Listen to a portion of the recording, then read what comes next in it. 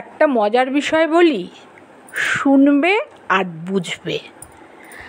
আমরা যে কোনো অসুবিধায় পড়লেই ভগবানকে বলি, হে ভগবান তুমি এটা দেখো। কিন্তু যখন অন্য কারোকে নিয়ে সমালোচনা করি তখন ভুলে যাই যে ভগবান সব দেখছেন। আবার দেখো, কারো কোনো উপকারে আসলেই একটা সময় ঠিক মনে হয়ে যায় অন্যের ভালো করলে ভগবান খুশি হবেন, কিন্তু যখন অন্যের ক্ষতি করি তখন একবারও ভাবি না ভগবান এটাও দেখছেন, উনি অসন্তুষ্ট হয়ে যেতে পারেন।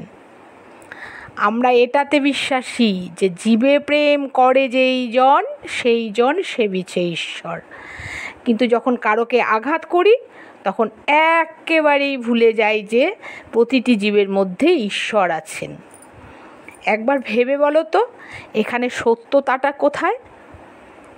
এটা সব সময় মনে রাখবে, আমরা ভুল বা ঠিক যাই করি না কেন ওনার হিসেবে কিন্তু কোনো ভুল হবে না।